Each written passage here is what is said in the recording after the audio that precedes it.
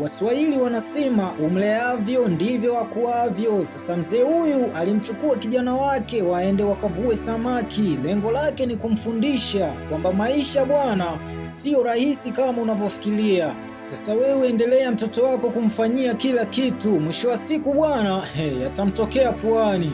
Sasa dogo aliendelea kuvua, anavua tu samaki tudogo, atumpi shida kabisa, anatupa kwenye ndoo na babake anampongeza bwana. Basi dogo anajiona mimi si ndo kidume, akapata kasamaki kengine akakatia kwenye ndoo bwana. Dogo anajiona yeye ndo mwamba, yani nani mvuvi kama mimi.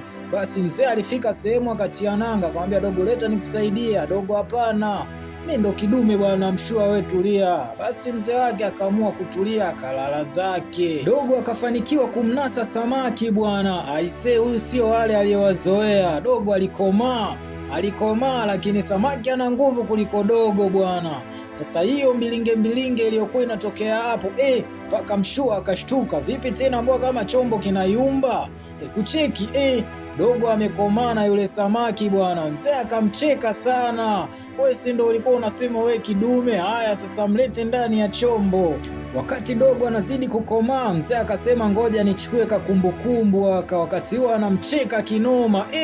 Ghafla mbona kama dogo anataka kwenda na samaki, mzee akaamua kuchukua ile ndoano ili amsaidie. Kweli ilikuwa bonge moja la samaki, uswi ni sato swi anyway, lakini dogo alileta ndoo, lakini bado ilikuwa ni mshike. Unaambiwa samaki alikuwa na nguvu na mzee aliendelea kumrekodi. Hasa wakati wa jioni mamake alikuwa anatazama ile video, anacheka balaa, akamwonyesha na kadogo kake.